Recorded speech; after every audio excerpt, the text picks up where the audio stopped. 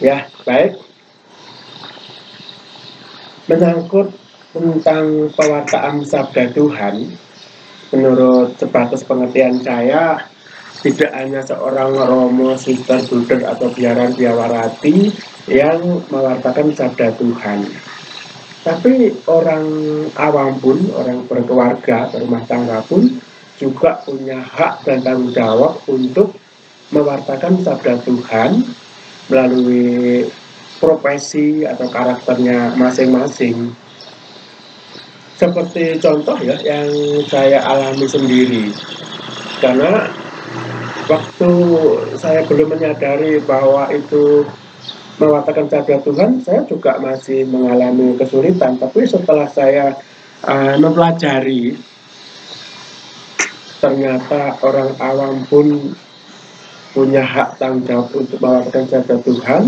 Lalu akhirnya saya dengan penuh kesadaran, saya melakukan pewartaan atau mewartakan sabda Tuhan itu dengan cara profesi saya. Ya, salah satunya yang karena saya juga tukang bangunan, jadi saya juga menggunakan profesi saya sebagai tukang bangunan. Terlebih juga dalam keluarga ya, contoh kecil saja, terutama dalam keluarga itu untuk mewartakan sabda Tuhan itu melalui dari tutur kata dan melalui tindakan, tata keramaan itu pun menurut pendapat saya sudah salah satunya pewartaan berbagian-bagian kecil saja ya gitu ya.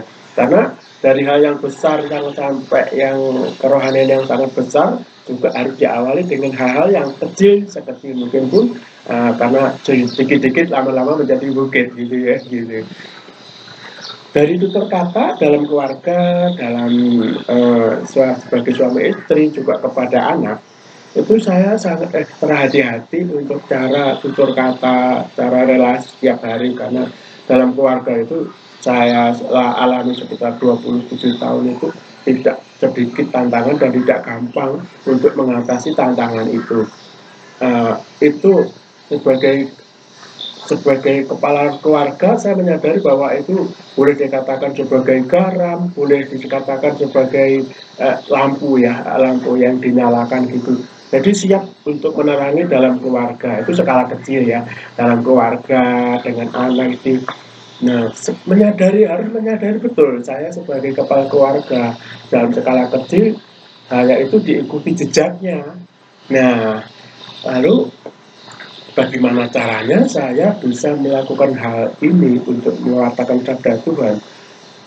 Solusinya, semuanya yang kita lakukan selalu dalam nama Yesus atau atas nama kasih Allah.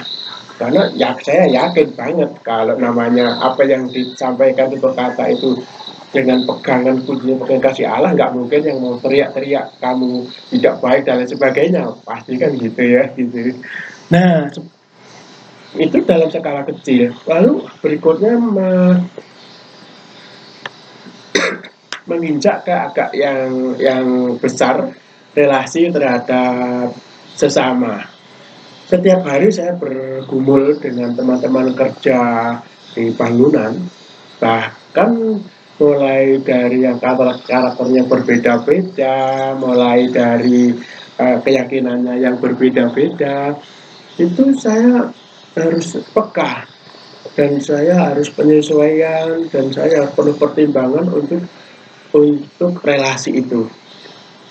Salah satunya cara dengan kepekaan itu saya saat ini sedang dengan siapa, itu harus saya penyesuaian gitu ya.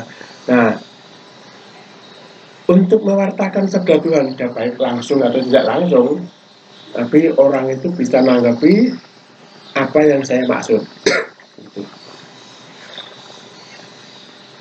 Faktanya yang saya alami selama ini, kalau orang itu gosip, ya kalau dihitung presentasinya itu lebih banyak yang positif daripada yang negatif gitu saja. Setahu saya yang nyampe ke saya gitu ya. Karena hasil dari penyampaian-penyampaian yang sifatnya itu sangat menghargai dan sifatnya itu atas kasih Allah. Jadi salah satu contoh untuk mewartakan itu karena Tuhan Yesus sendiri kalau menyampaikan pewartaan cinta, dengan penuh lemah lembut kan itu. Saya mencoba mempelajari itu kalau saya memerlukan kepada salah satu rekan kerja untuk melakukan salah satu pekerjaan, saya dengan cara yang sopan misalnya duduk dan senyum dan minta maaf, tak tolong ya, aku sangat memerlukan tenaganya sampean untuk melakukan pekerjaan ini. Dia dengan senyum juga, dengan senang hati, dengan cepat melakukan pekerjaan itu. Tapi pengalaman yang tidak baik saya juga pernah mengalami pada masa itu. Saya memang masih sangat banyak berkurang ya. Jadi lebih mengandalkan ke ego, lebih mengandalkan ke jupeh atau sewenang-wenang gitu. Pernah juga sih ngalamin itu, jadi pengalaman hidup saya, jadi pilihan kan gitu ya. Salah satunya begini, contoh yang kurang baik yang alami itu. Pak, sini, memangnya ada apa? Nah, ini salah satu gambaran yang tidak menyenangkan. Kalau seandainya saya diperlakukan seperti itu, ternyata juga sama kan gitu, jadi rasanya cek kan gitu ya. Nah, itulah. Jadi untuk mewartakan sabda Tuhan, saya tetap selalu mencari modal.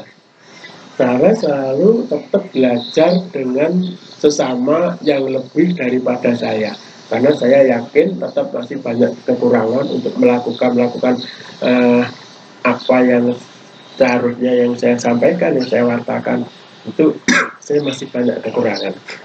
Jadi salah satunya juga dengan suster, dengan para suster, dengan teman-teman yang punya kelebihan dengan saya kurang. Itu yang saya serap menjadi tambahan bagi kekurangan saya. Jadi semuanya yang tak anggap itu lebih dan aku kurang itu guru saya. Oleh karena itu tidak ada alasan kalau misalnya saya itu, atau sewajarnya kalau saya itu terhadap sesama saya bahkan punya kelebihan, saya harus melakukan hormat ya, hormat misalnya yang berpendidikan tinggi misalnya ya, atau juga S1, sedangkan saya menyadari bahwa saya tidak sekolah kan gitu ya. Saya sadar banget tadi tidak layak lah kalau kamu itu menyombongkan diri. Nah, itu juga senada dengan yang dialami oleh Tuhan Yesus sendiri. Wah, punya kekuasaan yang luar biasa, punya kewenangan yang luar biasa, mandat dari Bapa sendiri, Allah Bapa sendiri, tapi secara manusianya luar biasa, kerendahannya yang sangat mendasar, kesederhanaannya itu yang saya sadari banget kan gitu ya. Lalu sudah seharusnya lah saya belajar terus sebagai tanggung jawab sebagai seorang Katolik, ikut ambil bagian ya untuk mewartakan melalui profesi saya dalam keluarga, juga terhadap sesama untuk membawa gereja ke masa depan. Nah, selain itu mewartakan, juga kita tetap melalui doa-doa yang selalu saya panjatkan, permohonan-permohonan untuk kelanjutan gereja ke depan lebih jauh, seperti anak-anak muda-mudi kan seperti supaya terpanggil, supaya, karena sekarang itu tantangannya sangat berat, seperti yang renungan pada pagi hari ini sangat benar bahwa banyak para putra putri yang sangat sulit untuk respon panggilan Tuhan gitu ya. Lalu memang para gembala gereja perlu sangat kerja keras dan juga melibatkan orang-orang awam. Salah satunya saya sendiri, orang kecil dan belakang ya gitu ya. Orang buruh bangunan dan kebun, tapi ambil bagian tapi hal-hal yang kecil saja, karena kalau yang besar ya nggak mampu ya, nggak ada modal. Gitu ya. Saya rasa itu ya, jadi harapan masa depan untuk gereja, kita harus kuat-kuat dengan sungguh-sungguh untuk pertama itu berdoa, memohon panggilan, dan supaya yang dipanggil, yang dikehendaki oleh Allah itu punya respon yang sangat kuat sehingga bisa nyambung dengan kehendak Allah. Itu yang saya rasa masih perlu banget terus menerus. Karena sampai sekarang itu tetap sedikit ya suster ya, untuk mencapai memenuhi apa kebutuhan para gembala itu, mulai dari prater misalnya 30, misalnya yang jadi misalnya ada 4 atau 5 dan itu. Apalagi zaman sekarang, tantangan-tantangan yang sekarang kita hadapi adalah globalisasi atau eh, alat-alat yang sangat modern ya yang kita pakai itu. Kalau saya sedikit agak ini minggir sedikit, tantangan yang jelas saya rasakan termasuk saya sendiri itu ya alat canggih yang seperti HP. eh, Kalau kita tidak betul-betul menyadari HP adalah akan menimbulkan keegoan kalau kita tidak bisa menggunakan yang sebenarnya. Dengan keegoan itu tidak hanya sesama manusia ya, misalnya anak-anak kecil terhadap kakaknya, orang tuanya, tapi orang dewasa terhadap Tuhan pun juga menjadi ego. Itu yang sangat berat. Bagaimana caranya mengatasi itu kan gitu loh. Jadi perlu kesadaran penuh, perlu apa namanya refleksi yang penuh, perlu meditasi, perlu merenung untuk memulihkan kesadaran dan kepahaman tentang tantangan yang sangat sangat besar ini, untuk kembali kepada panggilan Allah untuk mewartakan sabda Allah dalam keluarga juga terhadap sama itu lalu kita sadar harus perlu berjuang, terus perlu perjuangan yang sangat kuat. Dan saya rasa untuk mencapai perjuangan itu kita memang kuncinya hanya doa ya. Dan doa itu saya rasakan janganlah hanya sebagai identitas lewat begitu saja ya, tapi satu persatu kalimat yang menyangkut dengan harapan-harapan gereja dan umat itu dan didalami dan diresapkan, dapat satu atau dua lah, nggak ada banyak-banyak dulu menyicil gitu, lalu kita jalani, kita praktekkan dan gitu. Kalau saya mengutip selalu mendalami, misalnya seperti setiap pagi kita ucapkan suster ya dalam doa pagi pertama, itu kan sangat lengkap ya, sangat lengkap. Apakah itu ada tanya apakah gitu loh, kita semuanya sudah siap dan sudah betul-betul mewujud nyatakan dalam keluarga atau terhadap relasi terhadap sesama kan gitu loh. Nah kalau itu tidak, berarti menjadi rutinitas, menjadi identitas dan sebagainya kan gitu loh. Nah bagaimana caranya bisa mewujudkan itu? Kalau menurut pribadi saya, merefleksi, merenungkan atau meditasi,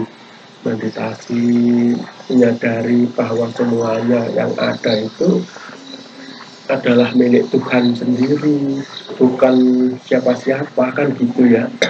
Jadi tidak ada alasan kita untuk memegahkan diri juga tidak ada, karena kalau setelah saya renungkan saya sadari bahwa semuanya yang ada adalah milik Tuhan.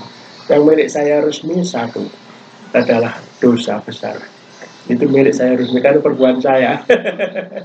Selebihnya milik Tuhan semuanya. Udah diberi lengkap untuk sarana-sarana mewartakan sabda Tuhan juga sudah lengkap, dari penglihatan, tutur kata dan pergerakan fisik. Mau apa saja sudah dilengkapi oleh Tuhan. Gunakanlah ini sebaik-baiknya untuk melakukan pewartaan sabda Tuhan melalui karakter, melalui profesinya masing-masing gitu ya. Menurut pengertian saya begitu ya. Apakah kira-kira masih ada lanjut atau cukup gitu ya?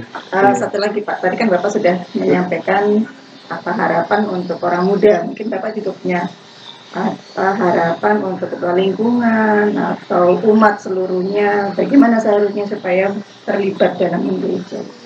Gitu ya. Campur batuk. Kalau harapan saya sebagai umat, khususnya umat lingkungan Santo Petrus ya gitu kan. Tapi kepada ketua umat itu harapannya lebih banyak terlibat dan melakukan pendekatan terhadap umat lingkungan. Lebih memang sudah melakukan ya, sudah melakukan pendekatan, sudah melakukan, cuma belum ada kata-kata lebih. Alasannya begini, kalau selama ini saya rasakan semuanya info-info menggunakan set WA, misalnya pengumuman. Misalnya begini, kita melacak dalam satu lingkungan itu di antara kakak itu di mana yang misalnya merasa kurang dekat dengan Tuhan misalnya. Nah itu menurut pendapat saya itu bisa menyempatkan diri untuk datang, untuk dialog, untuk sharing atau untuk bercanda. Pokoknya itu bercanda-canda kena gitu loh. Jadi kan gitu loh. Pelan-pelan sambil tertawa mulai dari jauh gitu. Nanti lama-lama mengarah ke tujuannya yang sebenarnya, yaitu ajakan ya, ada melakukan ajakan atau penyadaran. Nah, misalnya salah satunya kok selama ini jarang ikut pertemuan bersama misalnya, atau misalnya dalam iman dan lain sebagainya, atau tentang keterlibatan tentang iuran misalnya gitu ya. Itu kan selama ini kan sangat sulit kan gitu ya misalnya gitu. Lalu kalau kita untuk orang itu dalam keluarga rumah tangga itu bisa menyadarkan, kita memang harus punya modal sebagai ketua lingkungan, punya modal untuk menyadarkan. Misalnya salah satu contoh, mengeluarkan uang 100.000 untuk gereja itu tidak akan menjadi miskin misalnya gitu. Sadar atau tidak sadar bahwa Allah itu selalu tahu segala rencana hidup kita, dan kita itu yang diciptakan, yang dihidupkan, tidak akan tega meninggalkan begitu saja. Tetap diperhatikan melalui sesama yang Allah cintai. Misalnya kita mengeluarkan uang 100.000 untuk dana lingkungan katakanlah, tiba-tiba dalam jalan ke sana ada sih orang minta tolong mengerjakan suatu sebentar saja, tiba-tiba kita dikasih ini Pak untuk beli bensin misalnya. Itu sudah luar biasa. Itu harus kita menganggap bahwa itu berkat Tuhan. Jangan semata-mata itu karena jeripayah saya, jeripayah pekerjaan itu, tapi itu anggaplah bahwa itu berkat Tuhan. Nah, kalau salah satu contoh itu bisa diterapkan dalam salah satu keluarga rumah tangga yang misalnya agak menjauh dengan Tuhan, saya rasa pelan-pelan menjadi boleh ya, tahap demi tahap itu tentang lingkungan. Apalagi yang satu tadi tentang umat di lingkungan ya, Suter ya.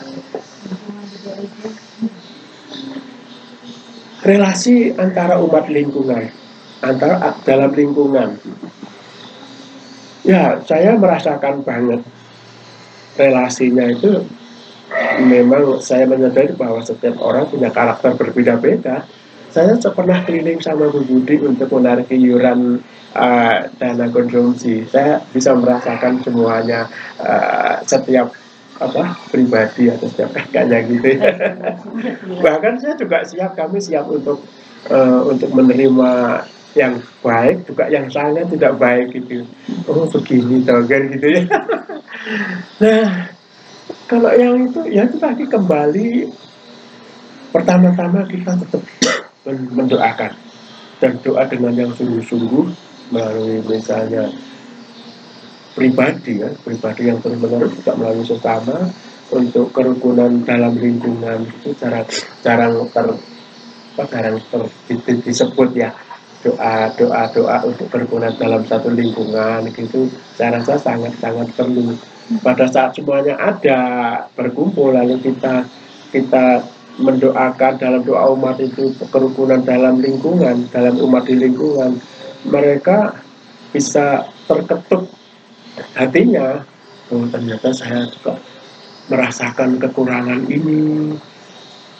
Saya juga jarang sekali berelasi dengan kesana, dan saya juga sering membenci dengan orang tetangga saya. Nah, padahal tugas yang sesungguhnya sebagai umat Katolik di lingkungan alasannya apa, kenapa dalam satu lingkungan itu tidak boleh banyak-banyak ya, supaya antar umat di lingkungan itu masih ada relasi dekat. Ya, supaya ada relasi dekat. Kalau terlalu banyak, sangat sulit. Yang dekat pun juga susah didekatkan kan gitu ya.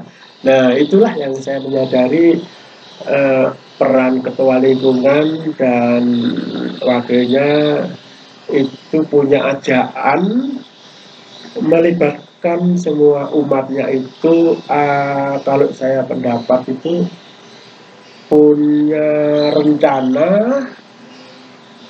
atau punya program itu pertemuan khusus, tidak karena hanya misalnya atau pas itu doa lingkungan yang biasa ya, doa lingkungan yang biasa atau pas doa rosario itu ada semacam tambahan relasi atau pemahaman. Selain doa itu ada tambah-tambah semacam rangkulan terhadap umat, itu secara umum dalam lingkungan, tapi juga kembali lagi secara perorangan, secara pribadi, ketua lingkungan kembali lagi itu mau rela berkorban datang, ada pendekatan sehingga umat yang merasa dikucilkan, merasa diasingkan itu kalau didatangi diajak ngobrol, merasa ditanggapi, merasa bahasa Jawa apa diwongke gitu ya, merasa oh lagu-lagu celek gunanya itu masih dipakai kan gitu. Akhirnya dan jangan hanya sekali itu saja kan gitu ya, ada rutinitasnya berapa waktu sekali, lalu lama-lama dia terketuk, lalu terbuka sedikit demi sedikit, akhirnya tumbuhlah kesadaran itu tadi. Dengan tumbuh kesadaran itulah orang itu akan siap punya keikhlasan kan, akhirnya mengeluarkan dananya, mengeluarkan waktunya untuk akhirnya aktif bertemu, berkumpul misalnya gitu. Saya rasa itu ya suster ya. Terima kasih banyak Pak, banyak pengalaman ya. Bapak ya, berapa gitu tahun ya. di Keuskupan Pak? Ya. Berapa tahun di Keuskupan? Wah, saya di Keuskupan sudah 22 tahun. 22 tahun ya, dari Keuskupan di katedral ya Pak ya? Tidak. Belum di Keuskupan Palangkaraya, saya ada di daerah paroki Santo Petrus Paulus di Ampah. Di sana saya 2 tahun.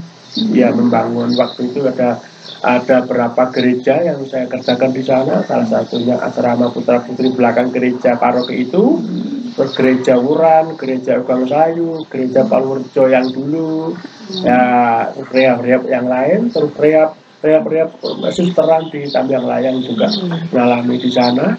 Dan setelah 2 tahun saya pindah ke Keuskupan Palangkaraya sampai sekarang. Saya garis bawahi tadi masukan atau input dari Pak Budi. Tugas para suster juga itu Pak untuk mendoakan umat supaya terlibat aktif di lingkungan, itu bisa secara spontan didoakan di lingkungan saat ada pertemuan lingkungan, dan juga doa bersama saat OPC itu kita punya PR suster. Iya.